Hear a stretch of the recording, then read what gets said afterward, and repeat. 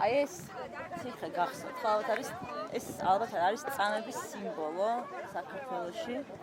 სამწუხაროდ დღემდე არის ბოლომდე გამოძიებული თუ რა ხდებოდა უკანასკნელ წლებში საქართველოს საშუალოებების სისტემაში. არ არიან დამნაშავეები დასჯილები. დღეს ჩვენ ავუშვებთ აქ ფარნებს, როგორც ეს გავაკეთეთ 2012-ში. რომ ჩვენ მხარდაჭერა გამოუცხადეთ წამების მსვლელებს და ძალიან სიმბოლურია, რომ აი ამ ჩაკეტილი დაწესებულების წინ თითქოს გვინდა რომ აი ავაფრინოთ სინათლის ფარნები, რაღაცა გამჭვირვალობა შევიდეს ზოგადად აი ამ სტრუქტურაში.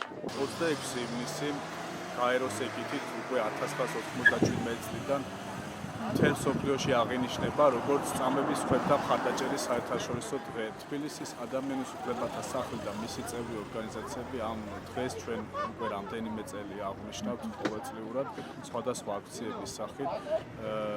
ჩვენ გადავწყვეტთ რომ დანის ციხესთან, რომელიც არის სამწუხაროდ ერთგვარი სიმბოლო, სადაც ბევრი ფაქტი ხდებოდა წინა წლებში პატიმრების წამებისა და არადამოკვლობის, ჩვენ გადავწყვეტთ სწორედ ამ დანის ციხესთან ახლოს გაგვემართა აქცია და ამ მანათობელი ფარნების აშვებით ჩვენ გამოვხატავთ სოლიდარობას წამების მხრებთან მიმართ, ასევე თქვარად გამოვხატავთ პროტესტსაც იმ ფაქტების მიმართ, რაც ხდებოდა საქართველოში განსაკუთრებით წინა წლებში, და არც გათავისუფლებული ადამიანები და არც ჯერ კიდევ პატიმრობაში მყოფი ადამიანები ჯერჯერობით სახელმწიფოს მხრიდან არ არიან უზრუნველყოფილი ფსიქოსოციალური და სამართლებრივი რეაბილიტაციის პროგრამებით.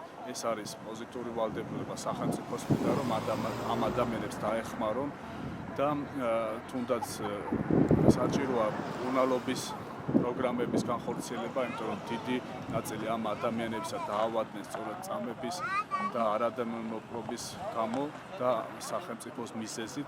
იგივე სასჯელი აღსრულების დეპარტამენტის მაღალჩინოსნებმა საკმაოდ დიდი პრემიები გამოიწერეს თავიანთი კეთილდღეობის უზრუნველსაყოფად და ეს არის დიდი ცინიზმი, როდესაც ადამიანები იტანჯებიან, სახელმწიფოს გააჩნია პოზიტიური ვალდებულება, რომ უმკურნალოს ამ ადამიანებს და ამ დროს პირიქით ხდება, რომ ის ადამიანები, ვისაც პასუხისმგებლობა ეკისრება კონკრეტულად სასჯელი აღსრულების დეპარტამენტის მაღალჩინოსნები თავიანთვის ირიგებენ პრემიას და ამ დროს ჩანს, რომ თითქოს სახსრები არ არის ბიუჯეტში იმისთვის, რომ სამედიცინო და ფსიქოსოციალური პროგრამები სრულყოფილად განხორციელდეს.